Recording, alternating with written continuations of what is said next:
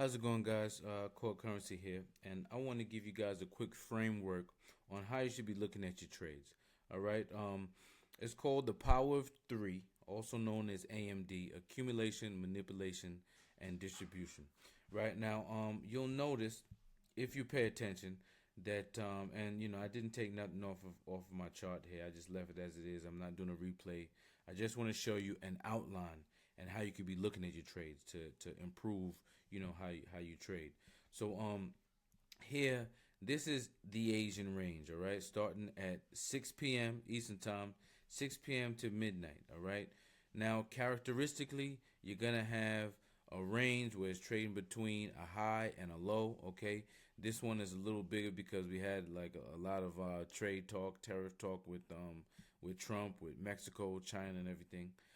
So this is a wider range than normal, but nonetheless, it is a range. All right. After the accumulation, you have the manipulation leg. All right. Now, what the manipulation leg does, it induces sellers and it stops out buyers. Okay. But the main purpose of it is so institutions can get into their contracts. They can't just get in to trades anywhere like you and I, like normal retail traders. They use the retail traders as liquidity. So they go to certain areas where they would have their pending orders, their passive, you know, stop stop orders to get out of a trade, or buy or sell limits to get into a trade. Okay, and they use that just to get in on the opposite side. In this case, being that they're driving price down, okay, inducing sellers, and if a buyer has their stop order there, that's the other side of a long contract that they obviously want here, because if they have accumulation here, then manipulation here, the reason being is so they are able to go up here in the distribution phase. Now, I said that this is an outline because now you need an entry model to get into your trade. Okay.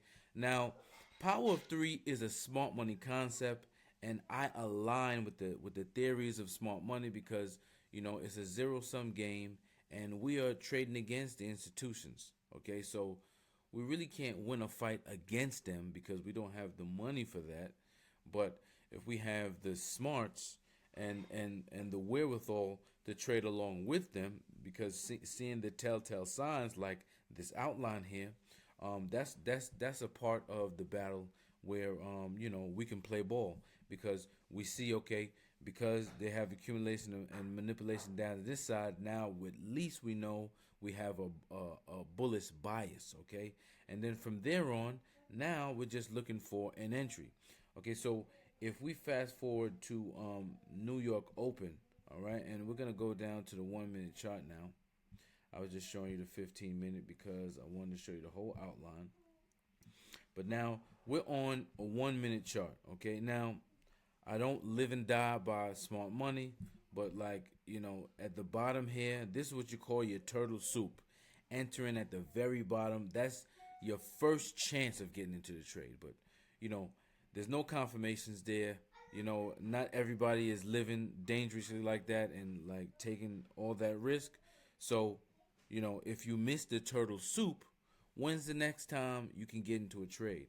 All right. So I advise for you to look for fair value gaps, or inversions, if you will, to get into these trades. That's one of my favorite entry models, because the fair value gaps show you it's gonna the gap in fact is by displacement, number one, and you're gonna get displacement because these a lot of buyers or sellers are in the market at a particular point.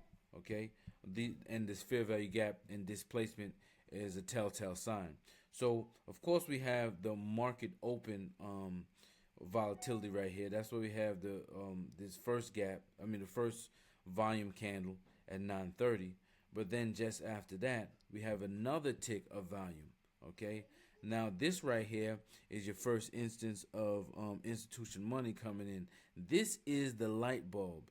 You see the big momentum in this candle. Okay. Also tied in with this heavy volume right here. And not to mention that's right after liquidity was taken out, right here.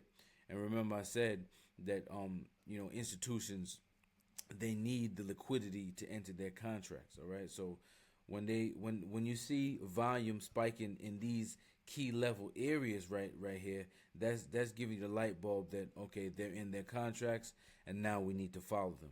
So in during a regular fair value gap like this, you don't always wait for it to come back. Okay, and as you see here, it did not. Okay, after they took the liquidity, you had this displacement move, and it was basically off to the races. In which I got in at this area here, and my target was the high of Asian session. Always if you had the turtle soup right down here, which is a risky play, but if you got it nonetheless, your first target would be at the beginning of the manipulation leg. I'm sorry, and then maybe the middle of Asian session, and then final TP would be your the high, the other side of the Asian range. And as you see, it did go even higher than that. It went another 100 points. Okay, so that's why it always pays to leave a runner just to see how far you can go. Okay, but you know, getting the most out of the market and being too greedy, there's a fine line between the two. Okay, that's why we enter multiple contracts so we can manage our trade properly, have different take profits. So you pay yourself for your time waiting, and at the same time you don't give everything all the way back. So yeah, that's just the framework that I use. Maybe you can use it as well, and just give me a follow and shoot me a comment if you like this type of content.